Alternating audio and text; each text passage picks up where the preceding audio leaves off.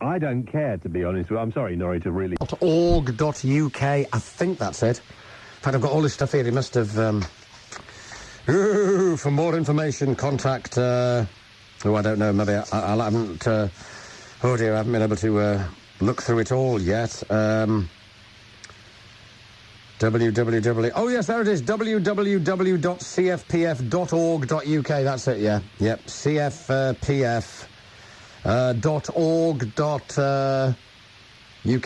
cfpf.org.uk. That's it, yes, www.cfpf.org.uk.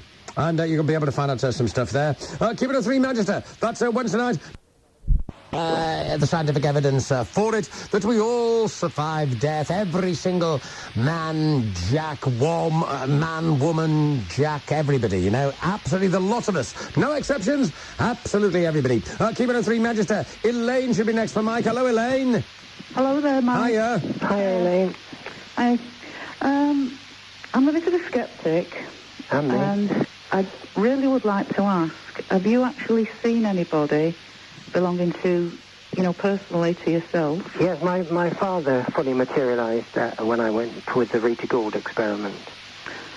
Right, now, I have had an experience, would be over 12 months ago, of actually seeing my father's face at the bedside. So, being a sceptic, I put this down to the fact that the power of thought. Do you go with this? No, I think I agree with what the mediums say, that we've all got mediumistic tendencies, and you can sometimes tune into the invisible part of the universe. If your father's dead, that's where he is. And you've got that bond of love between you, so he'll be very keen to try and let you know he's still alive. Millions of people have had this experience that you've had. But at my experiment, a materialization... Is that not the power of the individual thought? Oh, might be, but at a materialization experiment, that's where we prove that there are people in the invisible part of the universe who used to live on Earth. We prove they've survived death. You've actually proved this? Absolutely. It was proved 100 years ago when Sir William Crookes first published in 1874. He published the results of his experiments. And then a whole stack of international teams of scientists then carried out the same experiments with their own materialization mediums. So that's been proved over 100 years ago. It's just that this Rita Gould that I worked with in 1983 was far more advanced than any of the mediums, even more advanced than Helen Duncan. And they're the only mediums that can actually prove survival by repeatable experiments, you see. Right, I'm not going to go down the road where Ian went before, because... Well, I got cross with Ian because it's the spiritualists that have been fighting me more than anybody. The very people that should be helping me have been fighting me. Right. It's me when I see people not... It's the spiritualists who put the block on us filming this. Mm-hmm. I'm not going to get into that argument, but obviously as a skeptic, and as I say, I have had an experience, I did see, and I just put that down as a thought to individual, because it was said that we can move mountains with the power of thought. And I do believe that. I believe that anything can happen with the power of thought. If you want something enough, it can happen. We don't know the power of our own individual, the thoughts. Yeah, but did you know that international teams of scientists had actually done these repeatable experiments proving that we survived? I've heard you say it many times. Well, you're going to have to look at the website now, because you're going to have to check it out yourself. There's no point in just listening to what I'm saying. If you check it out, you'll find that it's true. And we've now got a mathematical backup for it, which we didn't have in the past. Mm-hmm. So it makes sense that all this mountain of evidence over thousands of years, there are people in the etheric world. We do survive death. We do have a soul. So, do you believe in a collective consciousness? I'm not quite sure about collective words like that. I accept we survive death because people come back and prove they have survived. That's what I'm only going by the experiment. We know we survived death because of the experiment, and we now know where the next world is because of the mathematics. Do you believe in an energy? I don't have to believe in energy. It's a fact. Energy exists. Right. But there is such a thing as a negative and a positive energy, isn't I'm sure. Yeah, there's positive and negatives, no problem at all. Right. That's what Ron Pearson's whole thesis is based on, a positive and negative energies coming together and breeding. So what I'm actually saying is that when people experience seeing somebody, which before it actually happened to myself, I probably would have said, oh, nonsense. But I do believe that the actual positive energy can come through. And I obviously can believe in a negative as well. I've spoken to James once about this. I lived in a property where there was a lot of negative energy. And I can believe in all that, but unfortunately I can't check up on the website. And I have listened to what you have to say. Well, you have to wait for the scientists now this time to go in with the cameras and then publish across the whole world on the internet, and that's where we're angling for now. Now we've got this medium that's come on the scene. If we can persuade this medium to come away from the spiritualists and over to science, then I promise you everybody in the world will see what we get on film. Why would you believe that we live on? It's not a question of believing it. We've had the proof. Repeatable experiments under laboratory conditions. People who once lived on Earth coming back and proving they've survived. So the word belief doesn't even come into it. If it did, I wouldn't be talking to you because I'm a raging skeptic like yourself. Right.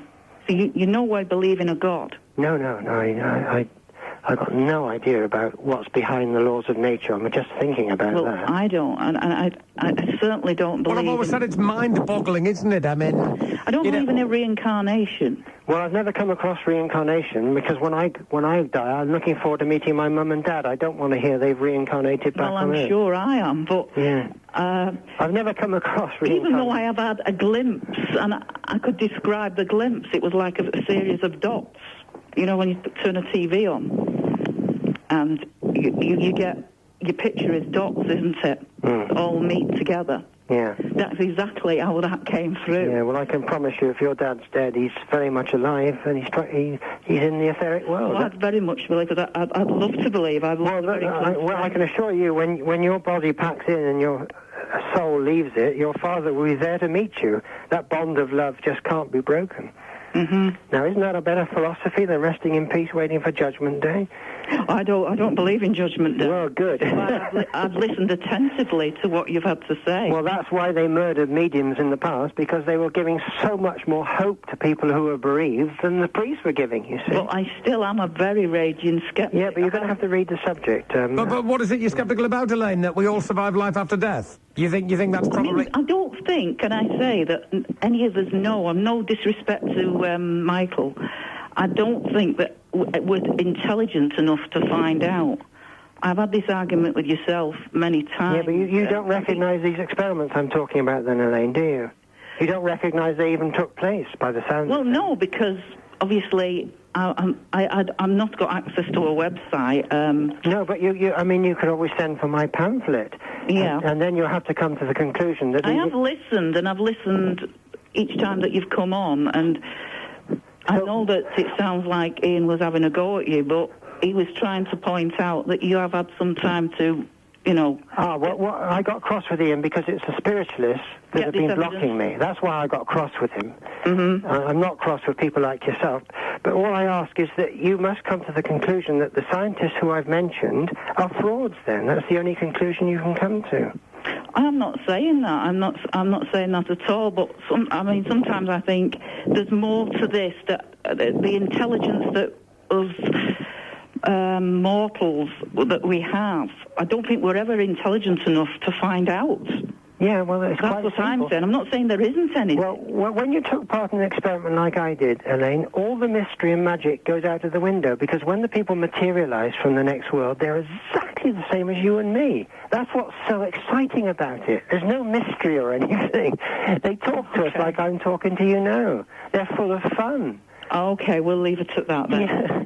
Thank Okay, you. so, I mean, nobody's trying to explain everything away there, Elaine, you know, hey, we know all the answers here. And, of course, it's a mystery and what it's all about and all those things. But, I mean, the only premise here that Michael is discussing really is there is a life after death, yes, and everybody gets it. Simple as that. What the meaning of it all is, you know, the origin of it all, how life evolved in the universe, has it always been here? I mean, those questions are still open to a huge, massive debate, and nobody's trying to pretend that they can answer that one. I mean, as Mike has said a few times tonight, no, the mystery of the physical universe is pretty awe-inspiring. So, the mystery of the invisible universe. And lots of people say there is one. Mike saying it's there. You know, the physics of it is there and stuff. You know, imagine the invisible universe as well. And of course, we can all accept the concept, can't we? Just because you can't see it doesn't mean it's there. And all over the world, you see, there are people tuned into radio stations, TV stations, whatever. They are tuned in. Things on a certain frequency. And some people believe, you know, that frequency is exactly what it's all about. So, make your own mind up. But we're not trying to say we've got all the answers here, baby. Absolutely far from it. What we are trying to say is, you know, don't believe this religious nonsense. You know, a select few get the afterlife in the name of Jesus or Muhammad or Moses or anybody else, you know. No, absolute nonsense. Everybody does. Or nobody does. And Mike says, yes, everybody does. If you choose to believe nobody does, then that is your prerogative, you know. Wait and see. Hey, are you in for a nice shock? A nice surprise, baby. Well, then again, if you don't want it, well, you're in for a nasty surprise, aren't you? Keep it on 3 Magister. Next up for Mike should be Jill. Hello, Jill. Hello, Jill. Hiya. Hello. Hi. Hello, Mike. Hiya, Jill. Yeah, right now, I have meetings, yeah, with my brother who died 37 years ago. Right. I have quite a few, actually.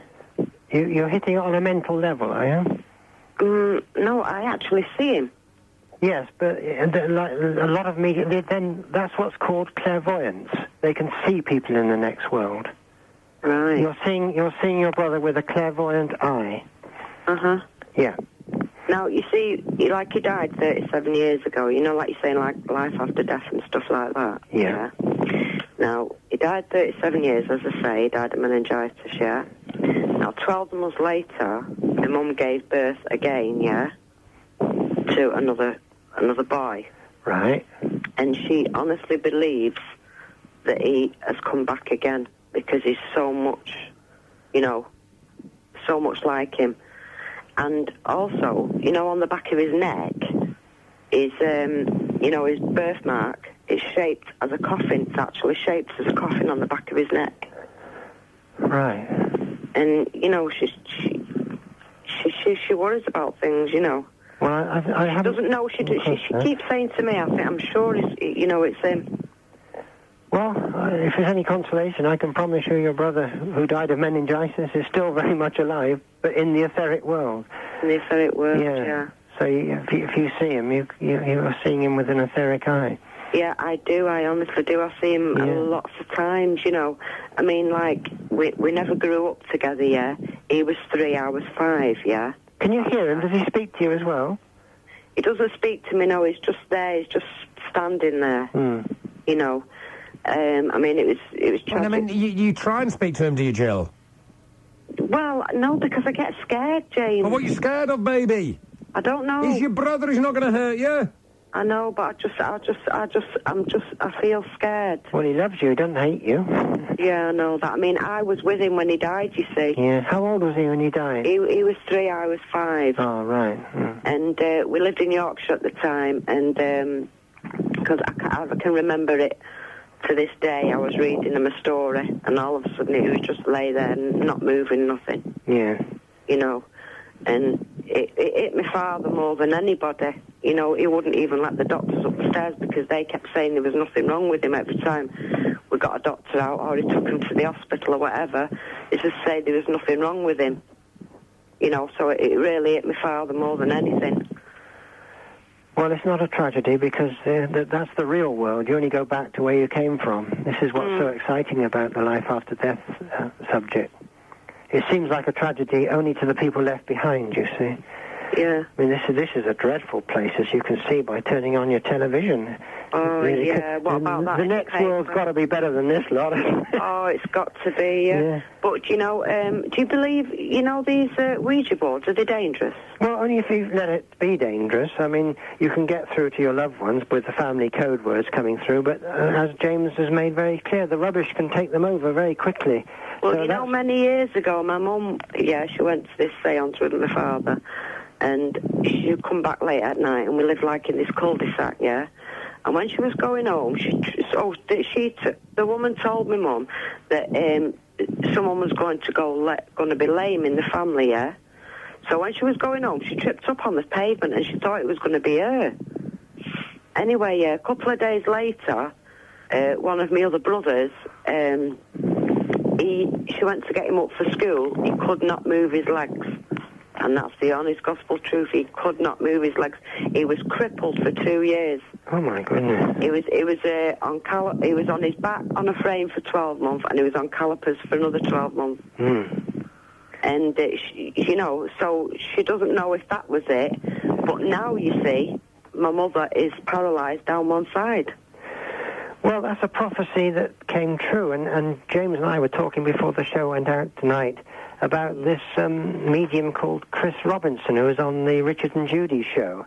That was quite exciting. He saw the Twin Towers disaster a month before it happened, and he recorded it with a scientist in America, Professor Swartz. Well, when after it happened and the remainings, yeah. Well, I've seen that sign somewhere before, and I don't know where. But I have seen that. The way they were. Yeah. Lopsided, them just what was left. That's right, yeah. I have seen that, and I don't know where, but I've seen it a long time ago. When you talk about prophecies coming true, Robinson was so worried about that, he actually wrote to the American Embassy in London a week before it happened, and told them, put it in writing. And the American Embassy have confirmed that they did have that prophecy before it happened. Yeah. So this does come true, these prophecies, very often. Anyway, Mike, I want to wish you the best of luck in your quest. Well, it's a quest that I hope everybody will help me get this all on film so we won't have this terrible misery of losing a loved one. Because it's only a temporary tragedy. They're all there, and we all meet up when we go over. And I really, really, really, Jill, want you to try and talk. I mean, obviously you're not going to listen to me. I mean, if you're scared, you're scared, and I understand that. I am. I'm scared because with me being by myself, on my own, that's why I'm scared, I think, more than anything. Oh, I just wish, you'd be brave enough to speak and see if there was anything, and start talking to him, and, who knows? Why would he speak back? Well, I don't know, but I mean, I can't say he would. So sometimes I think as though I feel him. Like when I go off to sleep. Yeah. That I can feel him there, beside me. Yeah. Because it was me that was with him when he died. Are you with me? Yeah. And this is how I'm picking up. Yeah. Well, that's the three type mediums. Clairvoyance can see people, clairaudience can hear them, and clairsentience can sense them. And some mediums, Jill, are all three combined, you see. Yeah. The really good ones can see, hear, and sense the people. But I can be totally afraid of. No, well, Jill, I can totally understand why people would be afraid, but I mean, if you've seen him so regularly, he's not going to do you any harm. He's your brother. Yeah. And when you've met people like I've met my father, all the fear goes out. It's exciting, not fearful, you see. It's wonderful that they're still alive. But you see, I can only remember him as being a baby, you see. Yeah, well, they tell me that's... Well, they grow up in the next world the same as they do here. Yeah. This is it, you see. He's not that age when I see him. He's grown up now. To me, I can see him, Yeah. Are you seeing him as a baby or grown up? He's not a baby. He's not. I don't know. It's like he's about 7 or 8 or something like that. Yeah, he's getting old. An actual baby. So that's what I can't understand. That's what I can't get my head around. Because he was 3 when he died. Yeah, but don't forget, we only have babies and old people on Earth. There's no such thing as babies or old people as such, really, in the etheric world. It's the only way into this world, isn't it? To come in as a baby and to go out when your body packs in. I mean, is it Is it because he's watching over me? Is it things like that? Yeah, that bond He's just of love. looking after me. That looking bond of after love me. is there. You see, you're not dealing with gods in the next world. You're dealing with people. Usually, our loved ones are interested in us. You see. Yeah, because my mum said that me and him were so close. It was unreal. See, the creator of the universe may not be interested in you, but your brother certainly is. That's for sure. Yeah. Okay, Mike. Okay, mate. So if you can bring yourself to do it, Jill, be brave and, speak. Who knows what he might say to you. Okay. Jill, I've been waiting 10, 20, 37 years for you to speak to me. I mean, you just don't know, do you? But, don't take any notice of me. I mean, it's never happened to me. I'm sure I'd be scared as well. But I'd just, I'd want to speak. I'd have to. You're here again. What is it you want, baby? Or whatever. But, yeah, I'm sure the first few times I'd be a bit, wow, is this really happening to me? And, of course, it's so weird, isn't it? Because we have been conditioned all our life to believe, oh, no, you can't see dead people. You can't see them. Nobody gets to see dead people. Absolutely nobody. But, of course, now we know that, hundreds, thousands of people do. And you must know a few yourself. Well, just heard from Jill there, who says she did, yes. Elaine reported earlier that she had seen her dad or whatever. Ian was saying he's a spiritualist. Or, no, he doesn't want to label himself anything. But he regularly got messages. Now, whether he saw people in his mind or, whatever, then I don't know. But what a great gift it must be to have. And I just wish I'd got it. Still, I haven't, and I presume I never will have, so I'll just have to accept it, won't I? Q103 Manchester, Mike Roll from Campaign for Philosophical Freedom. Don't forget those websites, by the way, www.cfpf.org.uk and www.survivalafterdeath.org. Websites with much more information than Mike has been able to impart tonight. Let us talk to Andrew next for Mike. Hello, Andrew. Oh, James. How are Hiya. you? Fine. Hi, Andrew. Yeah, all right. After death, sometimes, you can envisage everything. You can possibly think. I'm not messing about, but how do people know that we're not already dead and this is the afterlife sort of thing? Yes, it's only the physical body. You go very deep. Pardon? Have you got your radio on, Andrew? Oh, sorry, I'll walk away. No, turn your radio right off. In the kitchen. It's all right, I'm Okay. going to another room now. Right, okay, that's great, yeah. I can envisage the problem with people who are like that, of that persona and things like that, but what they need to do is look at a broader perspective. So you think, everybody has their own beliefs and everything, but for instance, sometimes I wake up every morning, every night, I'll say to God, I pray for good sleep. And it's not a religious thing. All it is just a good night's sleep. Now, everybody's got their own beliefs, I understand that. But I can't understand how people can, envisage a fact where there's, a dual belief. Can you? No, I agree. I couldn't believe in anything. I've got to have experiments backed up with a mathematical theory. I'm not interested in any beliefs at all. I think it's people believing in things that are ripping the world apart. But it's not a mathematical theory. If it was mathematics, it'd be easy. You could just, envisage the equation. Oh, yes, it is. Envisage again. No, it is a mathematical But you really could, couldn't you? If it was easy as a mathematical equation, it wouldn't be a problem, would there? Well, it is, yeah. You've got to have a It mathematical equation. When people materialise an experiment, there's got to be a mathematical equation to back it up. What are these people... Well, this is it.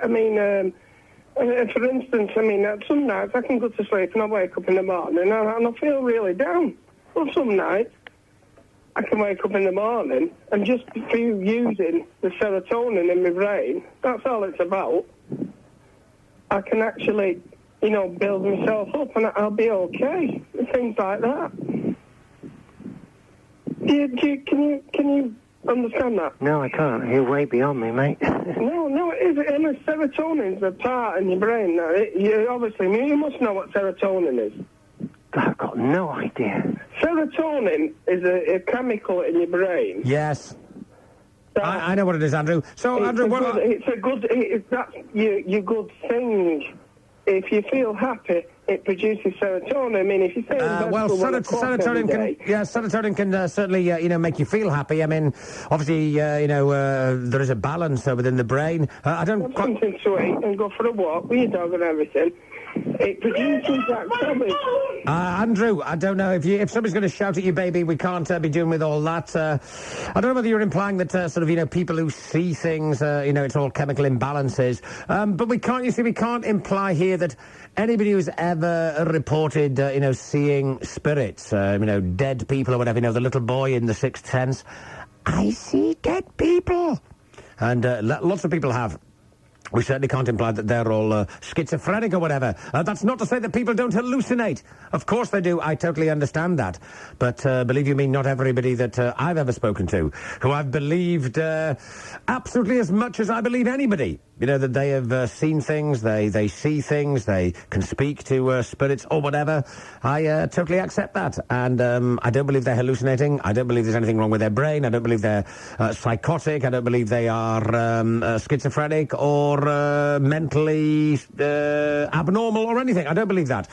So, but that's not to say that some people, you know, have a mental problem. I fully accept that as well. And they hallucinate and they think all sorts of things. I fully accept that as well, yes. Keeping a 3 Manchester. Let's see if Philip is there for Mike. Hello, Philip. Hello. Hi. Hi. Yes. You know about you've got the proof. Is that Michael? Yes. Experimental proof, yes. Yeah. Have you got it on tape? Well, when Sir William Crookes did these experiments, he certainly took flashlight photographs of the person materializing. That's been published over and over again. Yes, is it that for Katie King? That's right, yes. Yes, you know Katie King and Florence Cook.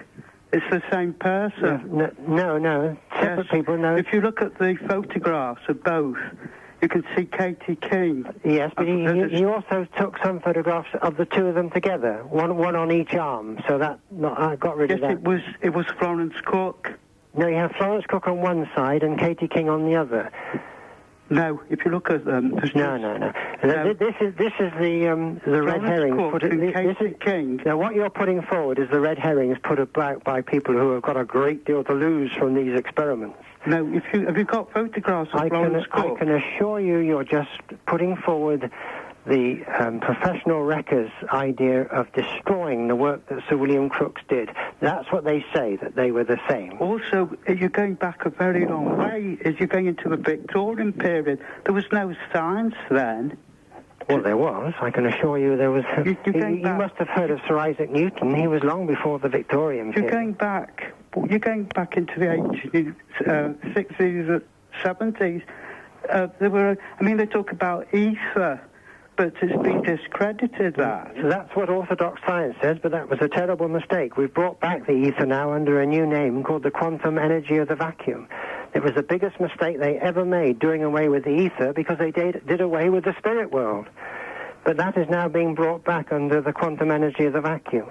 They now recognize that the invisible part of the universe is a mass of seething energy. And that is the etheric world, the spirit world. Do you believe that, Philip? What are your thoughts on the universe? Well, I think the universe is the observable universe is what we've got. And it's very physical. And when you talk about hidden dimensions, it's just speculation, isn't it? No, it isn't. No, it's been backed up with mathematical theory. Well, far from speculation. So then you've got to, anyway, coming back to the evidence, you've got to have the evidence on tape.